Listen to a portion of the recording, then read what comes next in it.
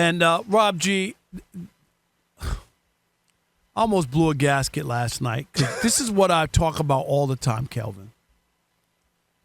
I'm not against athletes being on. Okay, I'm not. People say, "Oh, you just yelling at their podcast." No. The problem I have is that they have skin in the game, and more than us, Kelvin, who haven't played. It's personal. It's always personal when they're ripping on each other, right? When Shady McCoy called Dak Prescott ass on national television. or like some of these Cam Newton when his hat's not too tight and he's telling because he didn't win a Super Bowl or because he didn't have this or that. It just sounds personal. And last night, the personal attacks against Russell Wilson were just crazy to me. And we do have the sound, so let's hear that first. Okay. Tony Gonzalez first, and then Richard Sherman Payne. Talking about Russell. No, not talking about Russell Wilson. Trashing him. Mm-hmm. Do you think we've seen the last of Russell Wilson? Honestly, I hope we have. And I say that because I just looking at him and his career, his legacy, like you talked about, if ever there was somebody who played himself out of a Hall of Fame, it's Russell Wilson. Really? And I say that because look at what's happened ever since he left Seattle. When he was in Seattle, he was the man. He was making these good plays. He won a Super Bowl, went to 2 of them. But as soon as he left there, he went to Denver, signed that big old deal. They paid him $39 million to leave.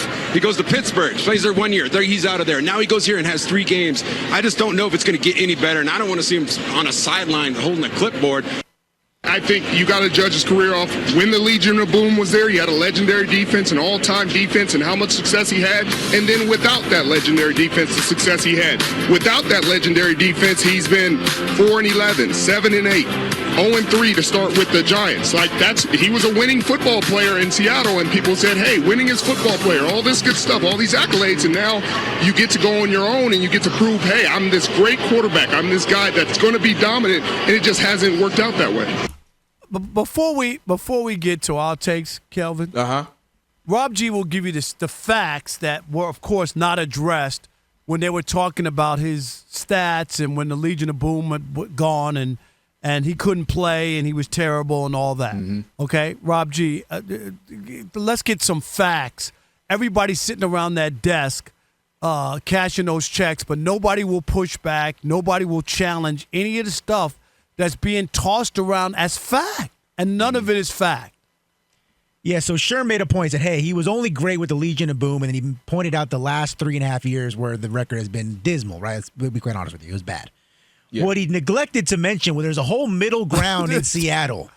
I thought that immediately. Between after the Legion of Boom had disintegrated and before he left to go to Denver. Yes. During that time, Russell Wilson with the Seahawks, 10-6, 11-5, 12-4, and then ended badly 6-8. Kelvin, we're right there, those 3 seasons there. Yep. But Richard Sherman is telling you as fact that he was garbage once the Legion of Boom was done. It's not true. Richard Sherman. Just say it, Richard. I can't stand Russell Wilson, and I'm going to sit here and give you a bold-faced lie on national streaming television, and there are no facts to it, and I'll just say it as gospel, and people at home are watching, and they'll think these are all true. Why? Why couldn't somebody stand up and say, Richard, your numbers are fugazi, they're fraudulent, they're terrible, they don't add up? What about that 12-4 season? What about that 11-win season without the Legion of Boom? That's why we need journalists on the set with these gone crazy former athletes who are jaded and jealous and give you misinformation, and all they care about is their personal vendettas against other athletes. It's pathetic. It's sickening. It's hard to stomach and watch. Yeah, you're on your campaign trail right there, brother. Hey, I almost voted for Parker. Vote Parker. Listen. Rob Sterling Jr. Rob Sterling Jr., this is where you're not wrong. 33-15 without the Legion of Boom. So Richard, if you want to have the conversation, we can have the conversation because I don't think Russell Wilson is a shoo-in to the Hall of Fame. I'm totally open to the conversation. However, he ignored basically half a run with y'all, half a run without y'all, and he was good both runs. So Richard Sherman was tripping on that. Now, I heard Tony Gonzalez sounded more almost like a love and a care, saying, I don't want to picture you as clipboard guy. I want to think of you as, how I thought of you in Seattle because it's been rough the last handful of seasons. So I'm with you on Richard Sherman, and it's clearly personal for him.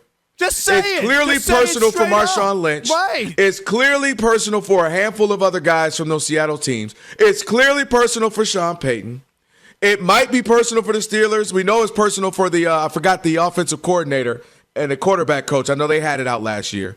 So there is something about Russell Wilson that's rubbing people the wrong way everywhere he goes. I don't know what it is. Yeah, maybe he has a good life that they don't like. He's asking people for his own office. He's asking guys to schedule time to talk to me. Brett Favre had his own locker room with the Jets. Nobody ever talks about that. He didn't even dress with his teammates. Well, I mean, that might not be the guy to be trying to talk. He wasn't an example of being a great citizen. But you get my point, though. Yeah, but that's what honestly does worry me, like with Russell Wilson. So I'm gonna jump off on a different part. So I'm with you on a personal, it's clear as day with Richard Sherman. It screamed personal. It screamed I don't like the dude because there was no facts to it. But I am open to the conversation of guys who are not shoo-ins still having a chance to gain or lose a spot in the Hall of Fame. Matthew Stafford ain't a shoo-in. He can gain if he messes around and win another Super Bowl this year, next year. That might be the cementing point for him to get in, right? But you're teetering. When you're Russell Wilson, you were right there. You were at the club, hanging out in the entrance, seeing all the ladies in the club, but you ain't fully in yet. And now the bouncers can come and bounce you up out of there when you have a run of 4 or 5 bad seasons. Yeah, but getting kicked out of teams. I hear that. But when you make it as if he never played any good except for when he had a great defense, that's where I just have the issue. And I'm with you on that. That's because he became, me and Rob G, and you have talked about this before on and off the air.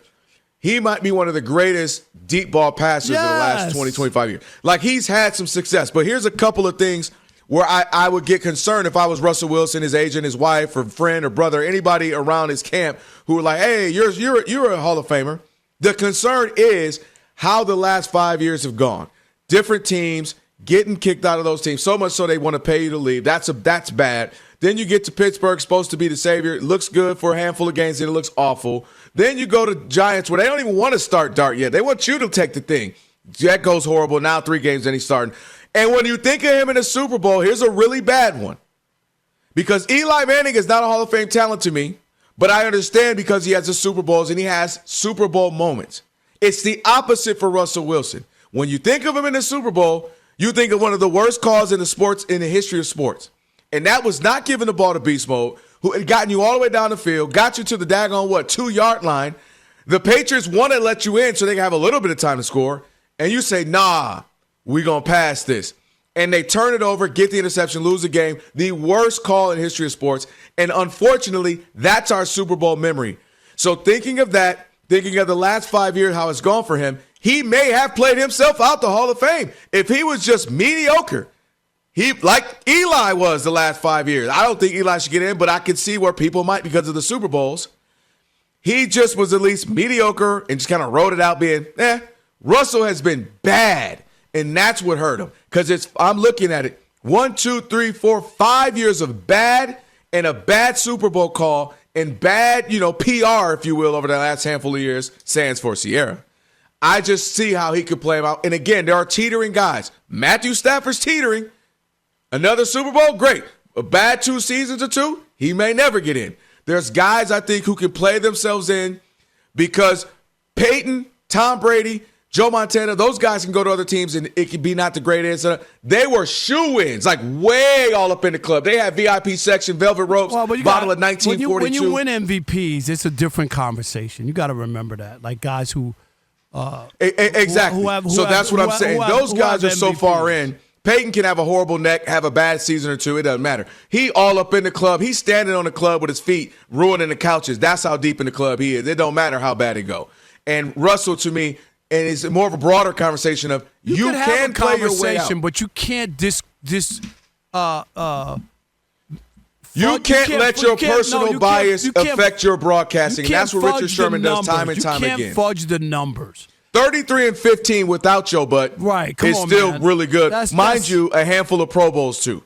And that's what I'm talking about. You can't keep doing that. Come on, man. Like be fair. Or just say, you know what? I'm going to take myself out of this conversation because I hate this guy. That's actually real. And I can't be real with it, and I can't be honest with you. I just don't understand it. And again, this is my argument about having people on the set who can check some of these guys and fact check them and hold them to a standard that you just can't say anything and make it as gospel. Seriously, and that's the problem I have. Yeah, Richard to be a teammate is giving Scottie Pippen and Isaiah Thomas. You know what I mean? Like, it's whatever went on, he really don't like Buddy, like for real. I mean, because you could have went on and said, yeah, he's just been playing bad the last handful of years. Yeah, but it's well documented that they hate each other. And my last point here too, real quick, to go back at Richard Sherman real quick. I don't like when people try to call and single somebody out because, oh, well, he had the Legion of Boom. Dog, most teams who won or were successful for a great 4, 5, 6 years had a bunch of something. Those Dallas Cowboys teams in the 90s, offense was crazy. Defense has Hall of Famers all around. They were crazy. Go look at those late 80s, early 90s San Francisco 49ers. Really good, right. You look at those 70s Steelers. Like, dude, there's a reason why teams were good for, 4, 5, 6, 7 years. They had a bunch of good players. So the idea that he played with a really good defense, I don't like that because Magic Johnson teams were loaded. Bird's teams were loaded. Shaq, Kobe had some guys on the team. The Heatles Curry had KD and Clay. Teams who win for a while got a bunch of dudes. No doubt. All right. All right, Rob. So they're watching us right now, which means another thing they can do is what? They can subscribe. All you got to do is hit that button, subscribe to The Odd Couple for some of the best sports talk content in the nation. Facts. And while you're at it, they can like, they can comment, they can share. Do all that for us. We appreciate it. Just do all that right up in here.